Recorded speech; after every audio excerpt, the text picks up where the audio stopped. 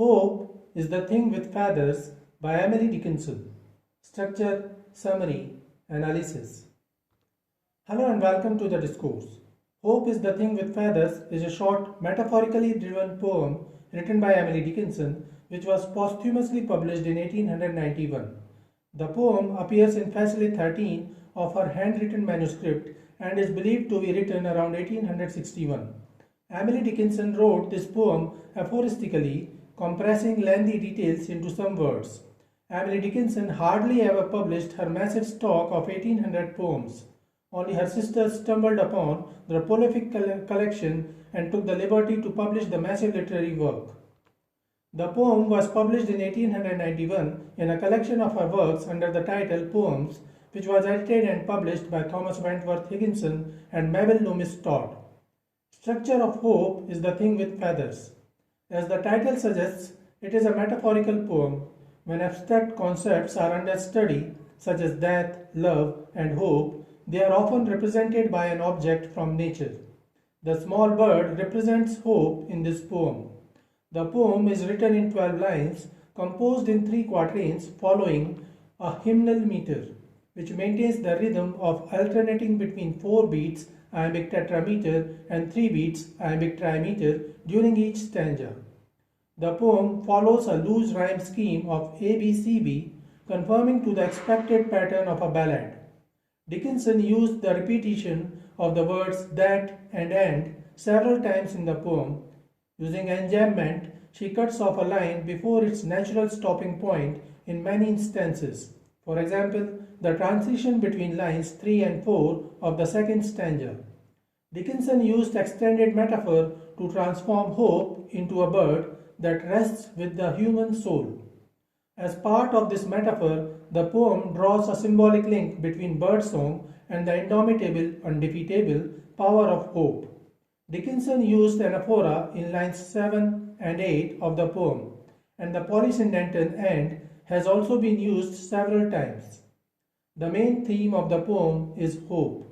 Dickinson wrote this poem as a hymn of praise written to honor the human capacity for hope. The poem calls upon the imagery of seafaring adventures with the use of words sea and gale. Dickinson uses the metaphor of hope being likened to a bird that does not disappear when it encounters hardships or storms. Summary of Hope is the Thing with Feathers. Stanza 1, lines 1 to 4. Hope is the thing with feathers that perches in the soul and sings the tune without the words and never stops at all. Dickinson offers an extended definition of a particular simple word, hope, and casts it in a new surprising light using metaphor. She takes the abstract concept of hope and applies a concrete idea or image of a bird to it. Dickinson wrote this poem without any title, and the opening line was thus chosen as the title.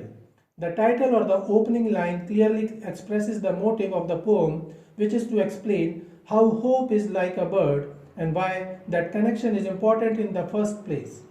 The poetess feels that hope can be deemed as a bird with feathers, singing in its own tune merrily.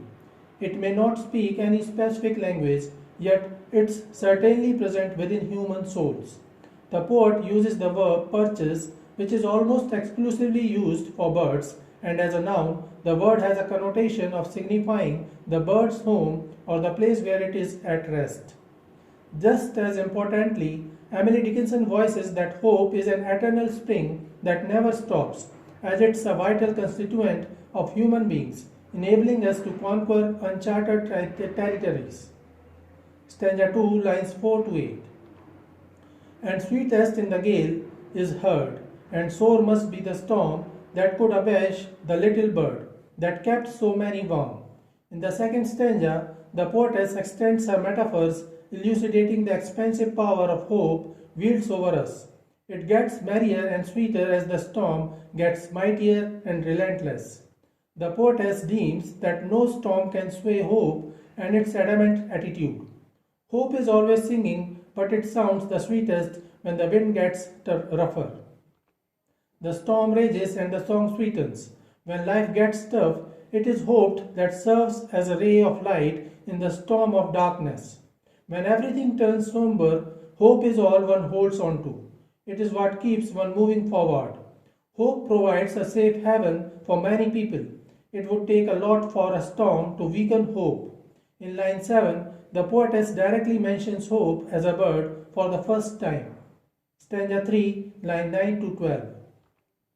I have heard it in the chilliest land and on the strangest sea, yet never in extremity. It asked a crumb of me. In the third and the last quatrain, the poetess concludes her poem by stressing that hope retains its clarity and tensile strength in the harshest of conditions, yet it never demands in return for its valiant services. The poetess says that she has witnessed hope in the most adverse events, and yet it has never asked for even a tiny part of a person's self. Everything in life comes with a price, except hope. It comes from within. Hope strengthens one against all extremities of life and acts as an unsung hero. Dickinson used the personal pronoun I in the line 9, suggesting the personal connection of her or an individual with hope. So this is it for today. We will continue to discuss the history of American English literature. Please stay connected with the discourse. Thanks and regards.